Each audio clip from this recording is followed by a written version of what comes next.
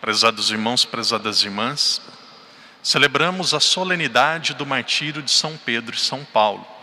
Vocês percebem que o padre está usando vermelho, porque São Pedro e São Paulo derramaram o seu sangue por causa da fé e do amor a Jesus.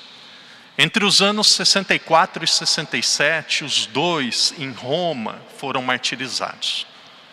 Pedro conta a história que estava para ser crucificado, mas ele disse: não sou digno de morrer como meu mestre. Então ele foi virado de ponta cabeça ou de cabeça para baixo e foi crucificado. E diz ainda a história que ele foi enterrado, colocado em um dos locais mais simples, mais pobres, que era conhecido como o cemitério dos pagãos em Roma, em uma colina bem afastada da cidade chamada Colina do Vaticano. Depois, no século IV, quando a igreja se tornou livre, no ano de 313, através de um edito chamado Edito de Milão, do imperador Constantino, naquele local, naquela colina, bem afastada da cidade, cemitério dos pagãos, foi construída uma igreja em honra a São Pedro. E o número dos cristãos, dos católicos, começou a crescer tanto que no século XVI, aproximadamente no ano 1550, essa igreja foi reformada. E hoje nós temos o Vaticano. Percebam? A nossa igreja tem história. A nossa igreja não surgiu no fundo de um bar. A nossa igreja não surgiu em um teatro comprado com dinheiro. A nossa igreja não surgiu em uma esquina comum.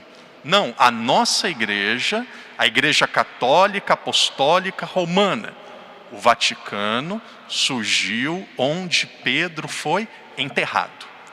Nós temos história. Martírio de São Paulo.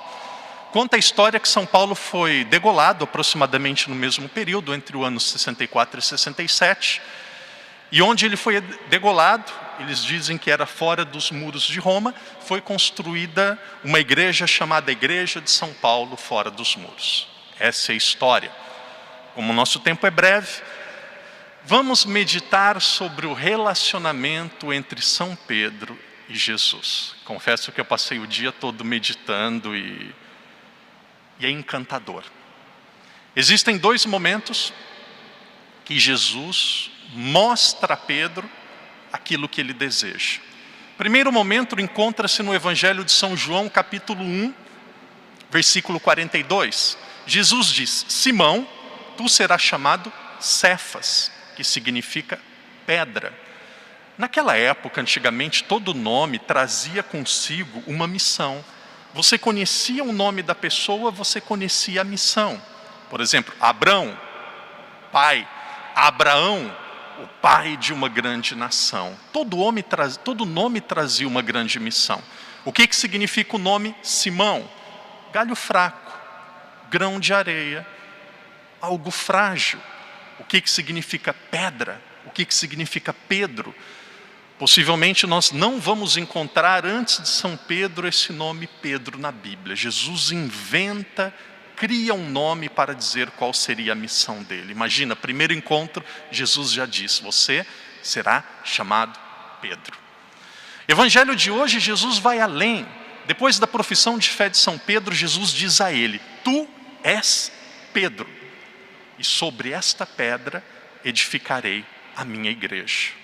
Naturalmente, depois de Nossa Senhora, que deu vida ao Verbo de Deus que se fez carne, eu penso que ninguém na história recebeu uma missão tão grande e recebeu tanto amor, tanto carinho de Jesus como Pedro.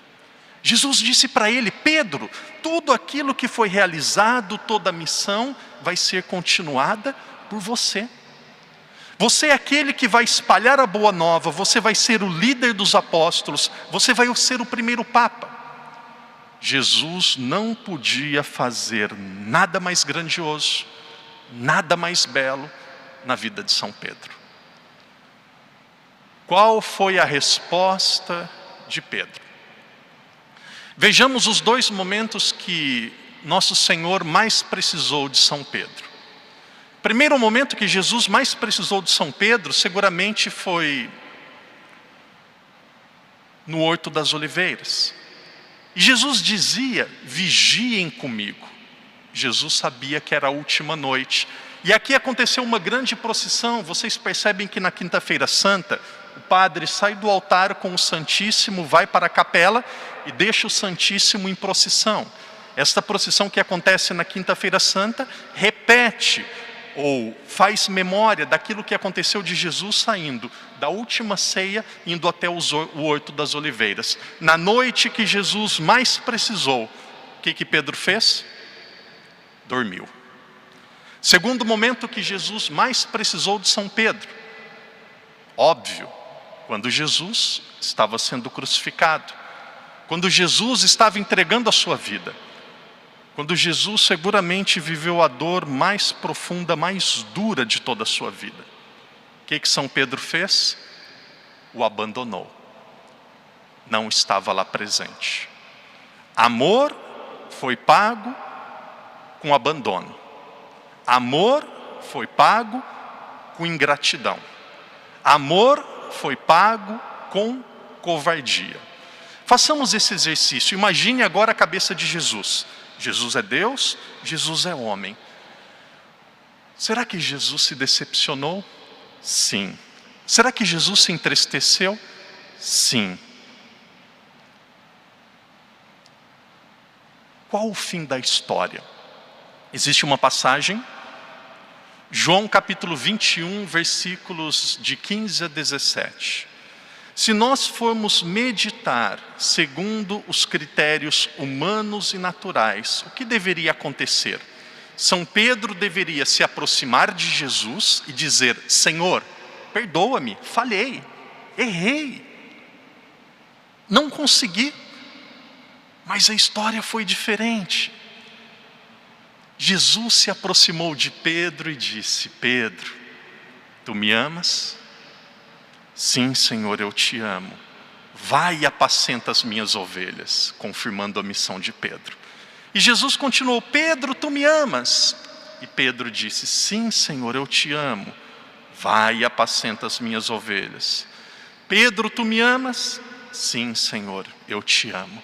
Vai e apacenta as minhas ovelhas. Lição de Jesus. Primeira, Jesus toma a iniciativa, mesmo sem precisar. Segundo, Jesus confirma a missão de Pedro. Jesus não desistiu de Pedro. Terceira, no inglês e no português nós temos assim: tu me amas? Sim, eu te amo. Tu me amas? Sim, eu te amo. Tu me amas? Sim, eu te amo. Mas no grego, a língua que foi escrito o Evangelho, não foi assim. No grego existem 3 palavras para expressar o amor: ágape, filia e eros. Jesus começou com aquilo que ele esperava de Pedro. Pedro, tu me amas? Usando ágape. E Jesus começou usando ágape. Pedro, tu me amas? Sim, Senhor, eu te amo. Pedro respondeu com filia. E na segunda vez, Jesus continuou: Pedro, tu me amas? Usando ágape. Pedro respondeu: sim, Senhor, eu te amo, usando filia. Na terceira vez, Jesus perguntou: Pedro, tu me amas? Jesus usou filia. Pedro, tu me amas? E o texto diz que Pedro se entristeceu porque da terceira vez Jesus perguntou: Pedro, tu me amas? Usando filia.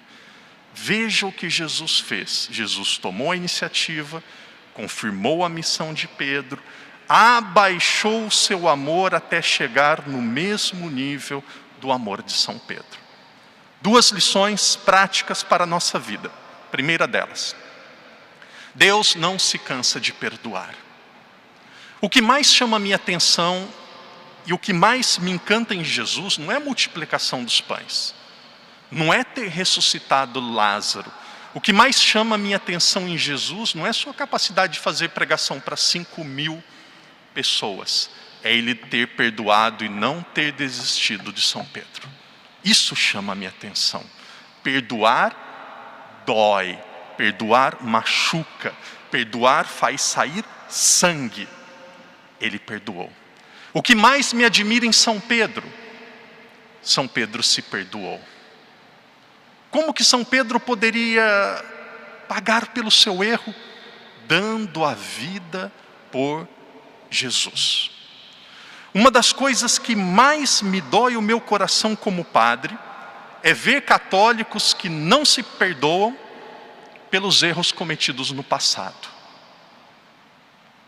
Padre, cometi um pecado grave, tomei uma decisão errada, falei o que eu não devia. Padre, eu sofro por isso. O passado pertence à misericórdia de Deus. O futuro pertence à providência de Deus. O presente pertence à graça de Deus e às nossas escolhas. O que passou não muda. Agora. O que é importante é agora. Ser uma pessoa nova, ser uma pessoa diferente. Como? Pagando o amor com o amor. Dando a nossa vida por Jesus Cristo. Errou? Acabou. Passou, acabou. Os erros do passado ajudam a sermos mais humildes com os outros, a tomarmos mais cuidado com o futuro. Uma pessoa que fica sempre lembrando do passado e se culpando é uma pessoa que não acredita na misericórdia de Deus e uma pessoa que ainda continua orgulhosa porque não aceitou a sua fragilidade. Que Deus nos conceda a graça, a exemplo de São Pedro, de recomeçar e de pagar o amor amando.